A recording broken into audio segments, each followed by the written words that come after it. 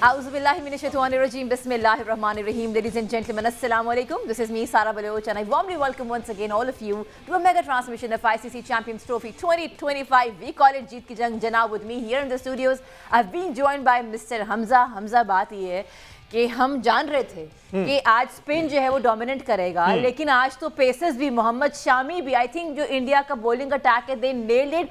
I think इस पर discussion करना लाजिम है. With us in the show, we've been joined by Pakistan's former Test captain, cricket commentator, analyst Salman Butt. अस्सलाम वालेकुम Salman. वालेकुम अस्सलाम.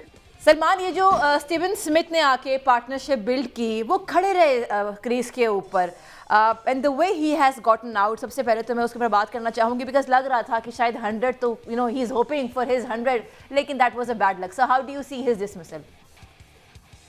I think he's a very experienced player and one of the best in the world.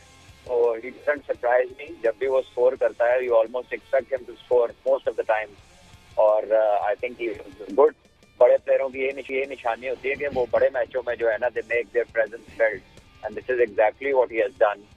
और उसके अलावा आपने bowling की बात की है, तो मोहम्मद शामी जो है ना, वो जो इस लेवल के बॉलर होते हैं ना, ये कंडीशंस के मुताज नहीं होते.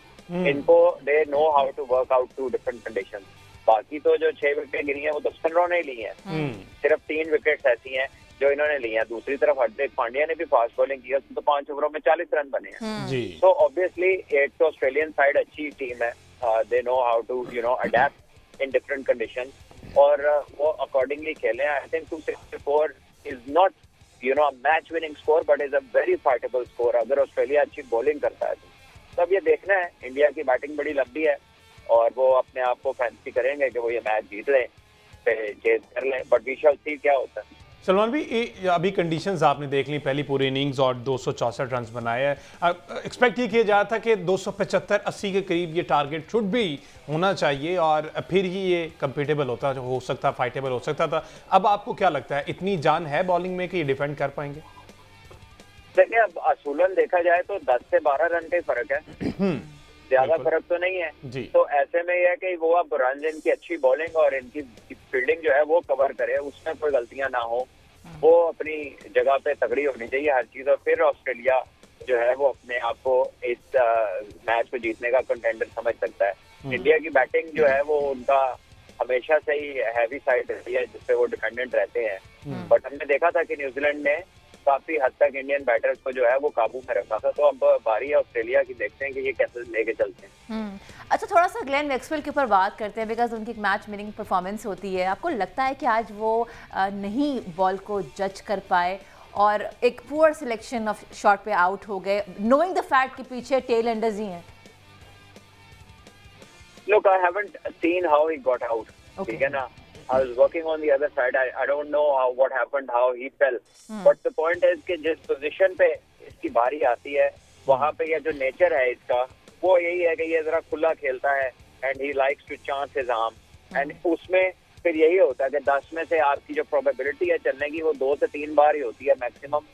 6-7 बार आप इसमें कामयाब नहीं होते, बिकॉज ये हाई रिस्क है ना, हाई रिस्क है जिस तरह की उसकी गेम है. तो इसमें फिर कई दफा जब चांस, वो लिया हुआ चांस अवेल नहीं होता या वो इट डजंट कम ऑफ, तो you do look like a fool at times. आपको लगता है ये क्या किया इसने, इसकी क्या जरूरत थी. तो ये उसकी गेम का नेचर है. जब इस तरह के प्लेयर को आप टीम में सिलेक्ट करते हैं ना, तो आपको पहले से मालूम होता है कि इसने इस तरह भी करना है, इसने ऐसे भी आउट होना है. तो ये कोई इतना बड़ा सरप्राइज नहीं होता.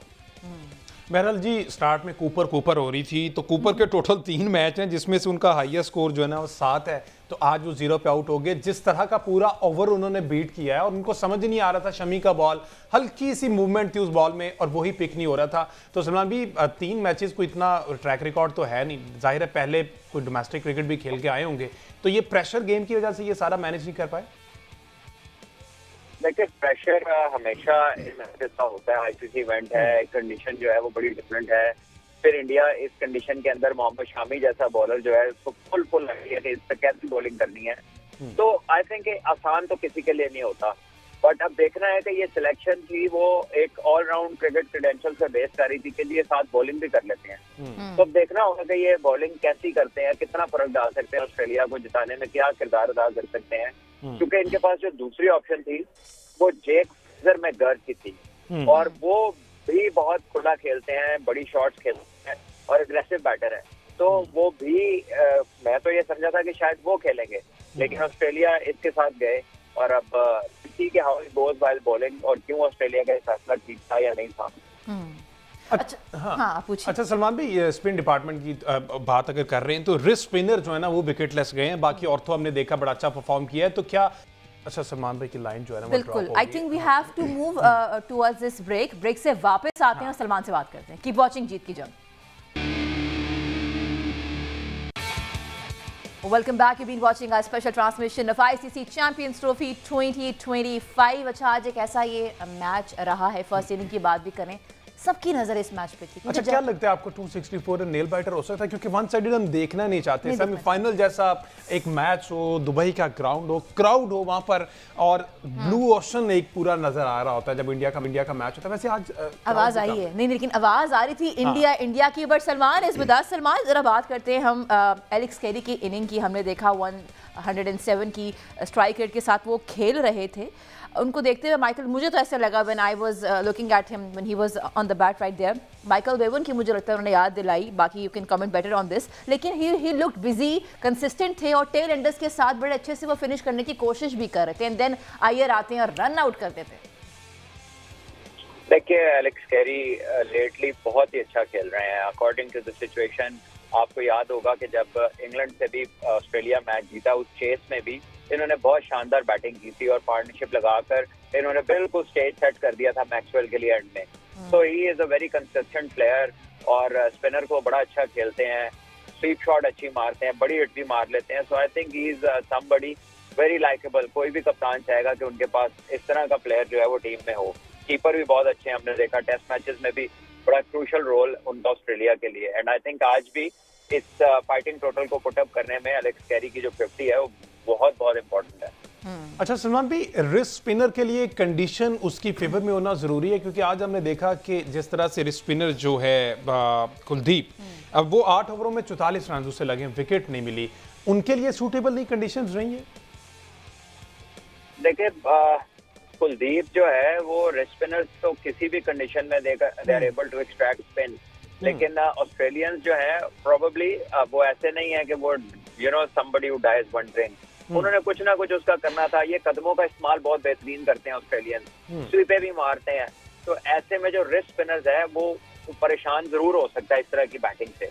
तो मुझे सरप्राइज नहीं है कि आज उसको 44 रन लगे हैं, हालांकि वो यूजुअली उसको इतने रन नहीं होते, लेकिन क्योंकि ऑस्ट्रेलिया के खिलाफ बॉलिंग कर रहा था तो वो फिर इतने आराम से वो उस तरह की बॉलिंग करने भी नहीं देते बंदे को। और ऑस्ट्रेलिया की चूंकि बात हो रही है तो ट्रेविस हेड जिस तरह से वो आए और छा गए और अचानक से जो शॉट खेलते हुए आउट हुए हैं वो जरूरी नहीं था, लेकिन वही बात है कि जब एक दफा ट्रेविस हेड बल्ला घुमाना शुरू करते फिर रुकते नहीं है, देखते नहीं कि सिचुएशन क्या है। तो आज उन्होंने सलमान भी 39 रन बनाए उन 33 बॉल्स, 2 छक्के हैं, 5 चौके हैं, और सारी की सारी टीम जो है ना सिर्फ ऑस्ट्रेलियन टीम बल्कि पाकिस्तान भी ट्रेविस हेड पे डिपेंड कर रहा था।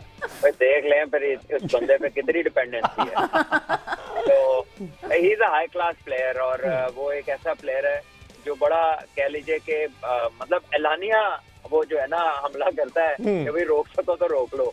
और उसमें स्पेशली इंडिया को तो पता है how effective he has been, because उसने सबसे ज्यादा रन जो है वो इंडिया के खिलाफ किए हैं। बल्कि इसकी एक मीम बड़ी अच्छी आई थी, उसमें लिखा था कि मैं PSL नहीं खेलूंगा क्योंकि इसमें इंडिया के बॉलर नहीं होते।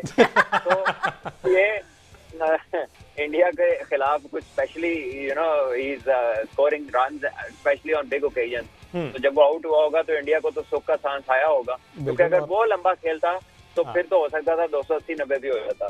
और पूरी टीम के चेहरों से भी पता चल रहा था कि ट्रेविस हेड से जान छूट गई। हाँ, सुकून आ गया, वो होता है ना, सुकून आ जाता है। लेकिन जहाँ ट्रेविस हेड की बात हो रही है वहाँ पे जिस बॉलर ने उनकी ऑफ कोर्स जिस ओवर में उनकी विकेट ली गई, that was by Varun. So of course अगर हम वरुण की बात करें, आज भी देखिए सलमान, आज भी वो आते हैं और 10 ओवर्स करवाते हैं, 2 विकेट्स हासिल करते हैं। How do you see this gentleman? Because हम ये आपने बात की थी कि अच्छा एक और मैच होने तो then we can talk on him. जी हाँ, देखिए, he got 2 wickets. He is somebody who bowls mystery bowling and काफी उसमें डिस्चाइज अच्छा है उसका लेटली। रिमेम्बर ये जब 2021 पे वर्ल्ड कप में आए थे तो he went wicketless। तो उस वक्त ये उम्मीदों पे पूरा नहीं उतर सके थे और उसका एक फैक्टर ये भी था कि इंडिया हर दफा टॉस हारता था और ड्यू में बॉलिंग कर रहा था, और ड्यू में जो है आप जो मर्जी कर लीजिए, वो बॉल कुछ करता ही नहीं है। तो अब उन्हें वो मौका मिला है कि वो ड्यू के बगैर जो है वो एक ड्राई पिच के ऊपर अपने जौहर दिखाएं। I think he is bowled well. Mystery bowler दुनिया में अब हर टीमों के पास ही हैं तकरीबन। अबरार हैं हमारे, श्रीलंका के हैं मिस्ट्री स्पिनर, साइम अयूब भी करते थे, इंडिया के पास भी हैं। So people have started to realize कि इनका कौन सा बॉल किधर जाना है। तो अब ये मिस्ट्री जो है ना दुनिया में कह लें कि थोड़ी थोड़ी हल होती नजर आ रही है। तो ऐसे में even as a mystery bowler आपको बहुत एक्यूरेट होना पड़ता है। आई थिंक वरुण ने काफी इम्प्रूव किया अपना बॉलिंग को और बड़ा इफेक्टिव रहे हैं। अच्छा सलमान भाई, बैटिंग की बात करें तो मानस लबुशेन जो है ना वो बड़ा स्ट्रगल करता हुआ दिखाई दे रहे हैं। क्या वाइट बॉल में अब मेरा ख्याल लबुशेन का जो है वो सिस्टम वो पूरा हो गया, वह ख़त्म हो गया, वो रेड बॉल तक ही उनको महदूद रखा जाए, क्योंकि the way he play white ball cricket उस तरह की इम्पैक्टफुल इनिंग नहीं बिल्ड कर पाते। तो मैंने तो रेड बॉल में भी बड़े अरसे से उन्हें नहीं देखा कोई बड़ी इनिंग खेलते हुए। तो ही हैज बीन समबडी जिसको अपने जितने उनकी रेपुटेशन है, जितना उनका नाम बन गया हुआ, उस हिसाब से उनके रन नहीं है पिछले 1-1.5 साल में। तो आई एम श्योर कि ऑस्ट्रेलियंस भी वेट कर रहे हैं और हम भी वेट कर रहे हैं। ये भी कर जाता जालिम थोड़ा और स्कोर तो और चांस हो जाते, 280 तक हो जाता तो पाकिस्तान में फाइनल हो सकता था। बिल्कुल, लेकिन अभी भी जो है ना इतना कोई हल्का टोटल नहीं है कंडीशंस के अकॉर्डिंग। हाँ बिल्कुल हल्का टोटल नहीं है, और इंडिया को अच्छा खेलना पड़ेगा। और अगर इंडिया अच्छा खेल के कर जाता है भाई तो वेल डन टू देम, फिर उनको अप्रिशिएट जरूर करेंगे। क्योंकि देखिए end of the day cricket जो अच्छी खेले उसको मैच जीतना चाहिए। बिल्कुल ठीक है जी, ठीक है। लेट्स सी जी क्या बनता है। इस मैच के शो में आएंगे, इस मैच को फर्दर डिस्कस करेंगे, और कल एक बड़ा इंपॉर्टेंट शो होने वाला है क्योंकि पाकिस्तान की T20 और ODI टीम जो अनाउंस होगी, कल इस पर बात करेंगे। हमें दीजिए इजाजत। अल्लाह हाफिज। अल्लाह हाफिज।